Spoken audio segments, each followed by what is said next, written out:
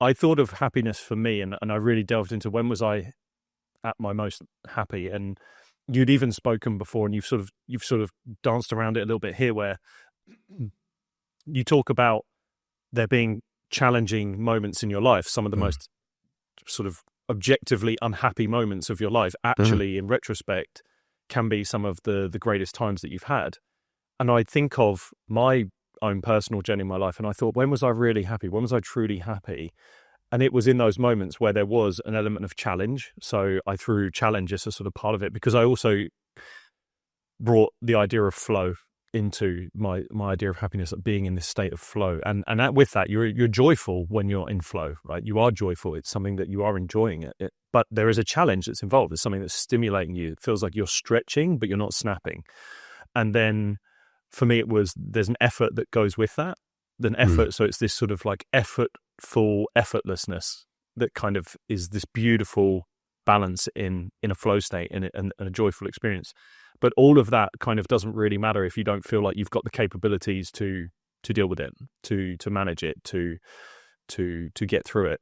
And I think potentially, if we think of right now in the world, that the word overwhelm is a big thing, that many people potentially feel overwhelmed because they are not capable of dealing through the situation. The challenge is maybe too much for them, and maybe there isn't enough effort being put in, or maybe they're over striving with effort. So, yeah, those were my three sort of No, I think bro it's a good. theories. It's a great theory, and it obviously it chimes in really well with with Buddhism as well, and what Schopenhauer was saying earlier, that if we're measuring happiness as being kind of like a challenge or a desire overcome, then it makes sense to have those moments in your life, those challenges and things. And I can't remember.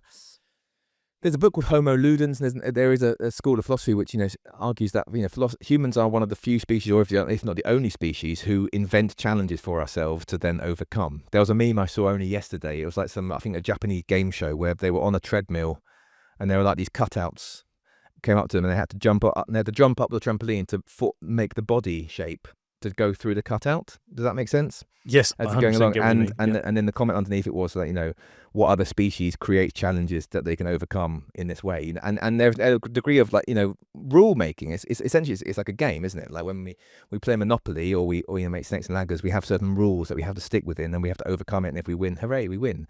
And so, which is entirely logical. If we've worked out that being happiness or pleasure, even, it comes from satisfying a desire or overcoming a challenge, then let's give ourselves more manageable challenges along the way that we can overcome, so therefore we will be happy. That makes entire sense, and I have a lot of sympathy with your view. Actually, I think there is a lot to that, and also there's a degree of pride with the overcoming of a challenge as well. In fact, Viktor Frankl talks about this in his book Man's Search for Meaning. He says that some of the problems in modern society is that we don't allow ourselves to take pride in particularly existentially difficult moments, the depression, anxiety, or feeling overwhelmed, or moments of extreme stress that we then come out the other side of, which we all do. Those of us who are still living have come out the other side of it. We have another day, and so that there is a degree of pride in just kind of like getting by and getting over things, and that is accepting that. I think is good as well. Again, it comes to acceptance and gratitude, really, in that respect. It was so. I'll tell you something that's really interesting, is that a question I ask people all the time that are going through a challenge, and if they come to me and say, I've got this challenge, I'm not sure what to do, I don't know which way to turn, unanimously, this one question that I throw back at them always finds the answer, which is, if you were to look back on this moment that you're going through in a year's time, and you were to be proud of yourself for handling it, what would you do? And I promise you, they find the answer so fast. And they also never choose, well, I'm going to lie down and just wait for it to go over me and just go through it. Very often it is, I'm going to face this challenge with some sort of courage and bravery, or I'm going to find a way in which I need to learn the skills or knowledge to get through it. And I'm going to come out of it a better, more knowledgeable, experienced person. And it's incredible how you can use pride in yourself as a motivator to do things for yourself, even if they aren't pleasurable. Yeah, and I agree. And interesting, you use that word motivator. I think that's hugely important.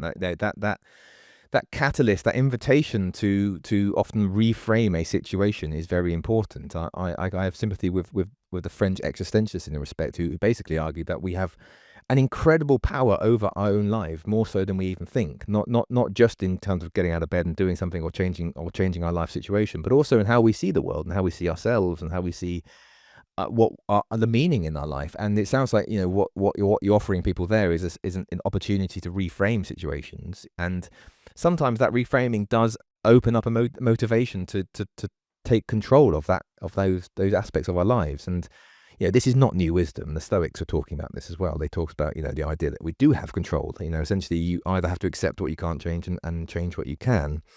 And you know, I like that. I think that's a true element of Stoicism, really. But yeah, no, I will steal your definition of happiness and claim it as my own next time. But your 3 pillars of happiness. Talk us through those. So yeah, the first one is, as you mentioned there, really, essentially is this idea that, you know, happiness cannot be measured by just pure hedonic units, but pleasure, really. So you don't just sit there at the end of the day and say, right, you know, how many moments of pleasure did I have? I drank a coffee, that was quite nice. Okay, I went for a nice walk, that was quite nice. You don't add it up and then say, well, I'm happy or not happy and stuff. Well, some people might, but it seems to be a very shallow definition of happiness. So happiness, in a sense, is as you mentioned earlier, is a degree of overcoming. It's suffering. It's also existential meaning, which often involves moments of hardship and pain, and often, you know, absolute nadir experiences, depression, anxiety, mental health crises, whatever. They are involved in the package of a life. And I can't remember who said it. I should have revised more before coming on this podcast. Was that, you know, call no man happy until the day he dies, or something like that. Because, you know, it's only with the benefit of hindsight that you look back at seeing the winding path that led up to these moments of peak happiness. I would like to say that most people, 99.9% of people, can look back at their lives and point to moments in their life which they would consider to be peak happinesses. And of course, no one's life is dropped in at any moment. You're not dropped in as a student at university. You're not dropped in when you meet your partner. You're not dropped in when you have kids, whatever.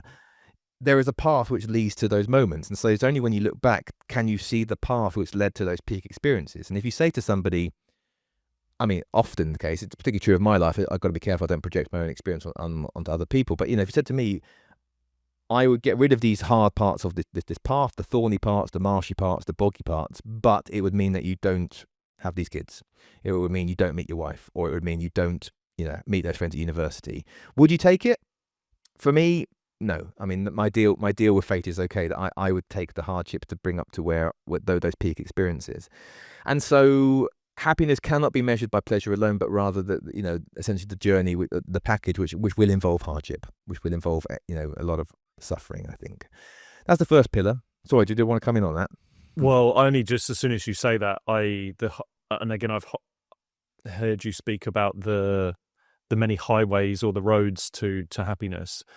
And I think of my own experiences, and again, I'm not going to try and do what we maybe fear doing, is placing our own experiences onto other people, but we can only live from lived experience, right? And yes.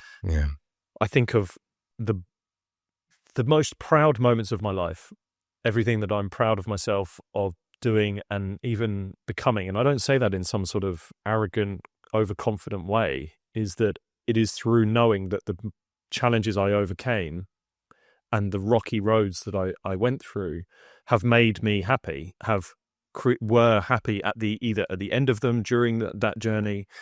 And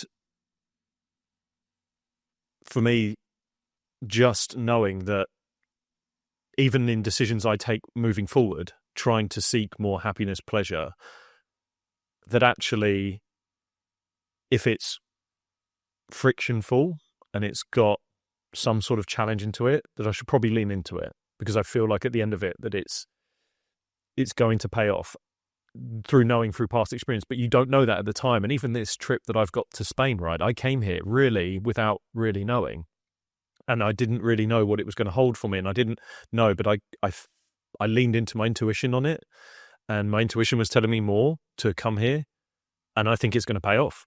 I think there's things that have happened since I've been here that are definitely going to pay off. Yeah, absolutely. And I guess there are almost two strands, aren't there? That there is the first strand is that, you know, you can try to reframe these hard moments in your life as in some way gifting you something.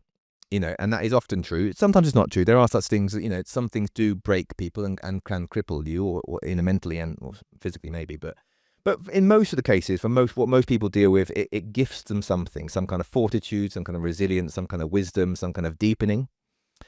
And the other thing is, of course, is that these are also necessary steps to some greater good in the future. So there's two things for it. One is that you can see the good in the bad, and also the other thing is that the bad was a necessary step to some future good, which is what you had with your path has now led to where you are now, and you wouldn't have ended up now where you are, and unless you had gone through those in the past. And this is what Nietzsche talks about. He borrows it from the Stoics again, about this idea of amor fati, which is the idea of loving your fate and loving the path which brought you to now, because there was no other path which would have brought you to now.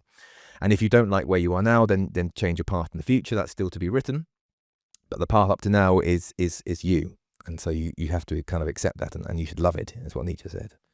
Well, I have this belief that, I don't know if you know much, but I have a rare condition that I was born with, and it's called Poland syndrome. So I'm missing my right pectoral muscle, 2 ribs directly behind it. And right. I actually grew up a lot with people telling me, like, what would you have preferred not to have had that condition? And I'm like, bang, okay, instantly hitting me with the comparison complex. Okay, here we're going to ride this train, are we? And I think about it, and then I always say to them, one, I don't know.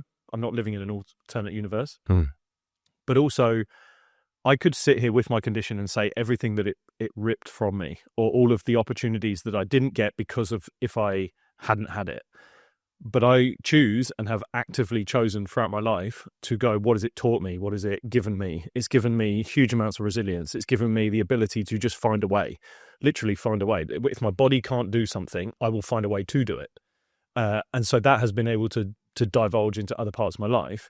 And I think when you end up getting caught into that complex of comparison and, I wish I had this over here, you actually forget what the bad thing has given you, and you can choose to find it. As a question, did you come to that kind of like mentality yourself, or was there one person in your life that you look back on and thought I think it was often called like the midwife, who brought that idea out and elicited that reframing for you? Really, I actually didn't have anyone that.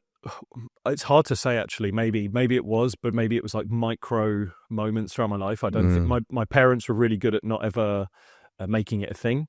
So they didn't pathologize it, and they didn't over glorify it, which, I mean, I could go down that road in terms of where I think people are doing that a lot right now. Yeah. And to the point where, I just did it myself. I just I was very, very introspective as a kid. And I just my goal was to essentially go, what is the character I want to be that I would feel proud of when I'm older, and then aim for that. And that's you're the philosopher's dream. You're the philosopher's dream. Like, that's Plato's ambition. If you sit long enough in the dark room, you can come to these gems of wisdom. It sounds like you had some. But as you mentioned, it's hard to know where a seed was planted somewhere by a teacher, by a friend, by a book, whatever, and then suddenly that tree sprouted from the seed. If you enjoyed that clip with Jonny and you want to enjoy even more of the episode, then you can go to the full unedited version of the episode by just clicking right here. Go on, go.